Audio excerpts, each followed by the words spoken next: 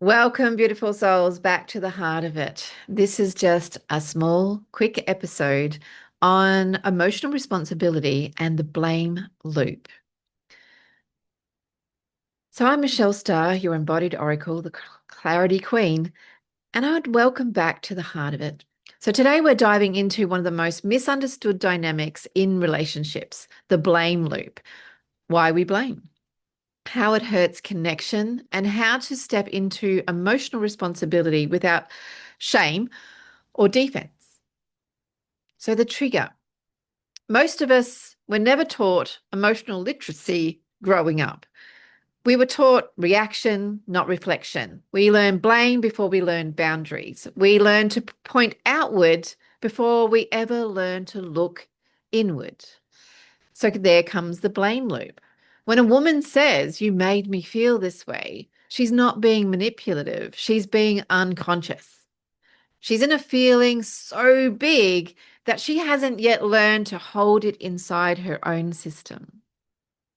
She believes he created the emotion. He only activated something she already carried. So, for the male experience, for men, this is overwhelming. It feels like no matter what they do, they lose. If they speak, they're wrong. If they stay silent, they're wrong. If they try to fix it, they're wrong. Men don't shut down because they don't care. They shut down because the emotional blame makes them feel powerless. And in the female awakening, here's what every woman must hear. Your emotions are not his to fix. Your reactions are not his responsibility. Your inner world is not his burden. When you hand your emotional life to a man, you lose your sovereignty. When you take it back, you become magnetic. So the new way, instead of saying, "You hurt me," you say, "I'm feeling hurt. And I want to understand what this feeling is asking of me." Instead of saying, "You made me insecure," you say, "Insecurity is coming up in me right now. Can we talk about what activated it?" So at the heart of it, this is emotional intimacy. Not blame, not collapse, not avoidance, ownership. The heart of any conscious relationship is shared responsibility, not for each other's emotions, for each other's experience. So, my loves, sit with this today. Where are you handing your emotions to someone else? Where can you call your power back? And where can you bring truth instead of blame? This is the heart of it. And of course, I love you for listening and for growing. And as we move through this frequency of emotional responsibility, a relationship collapses the moment one partner begins to believe that the other is responsible for the landscape inside their heart. This belief is the oldest wound on earth, the wound of emotional fusion, where we forget that our inner world is ours to hold, not someone else's to manage.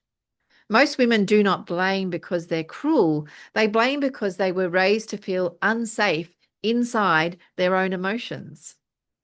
A woman who says, "You made me feel this way," is speaking from her imprint, a childhood where her emotional storms were too big, too punished, too ignored, or too overwhelming to hold alone. Blame becomes the bridge she uses to pass her discomfort onto another heart.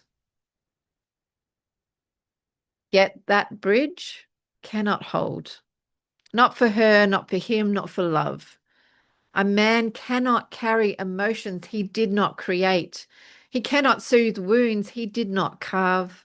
He cannot be responsible for her feelings that rise from lifetimes before he arrived.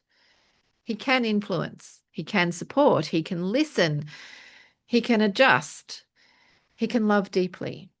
He cannot be the guardian of someone else's emotional universe. The moment a woman realizes this, she stops being a victim of her reactions and begins the sacred work of emotional sovereignty. She learns my trigger or my triggers are my teacher. My emotion is my message. My reaction is my responsibility. My internal world belongs to me. This is the portal where relationships transform. Not because the man changes, because the woman meets herself. She speaks from clarity, not accusation, from truth and not fear, from ownership and not blame. And when she moves like this, a man can finally meet her in devotion rather than defense. Two sovereign hearts, two nervous systems in truth, two souls choosing responsibility over projection. This is what I call 5D love. This is conscious union. And this is remembrance into 5D relationships. Thank you for listening to The Heart of It.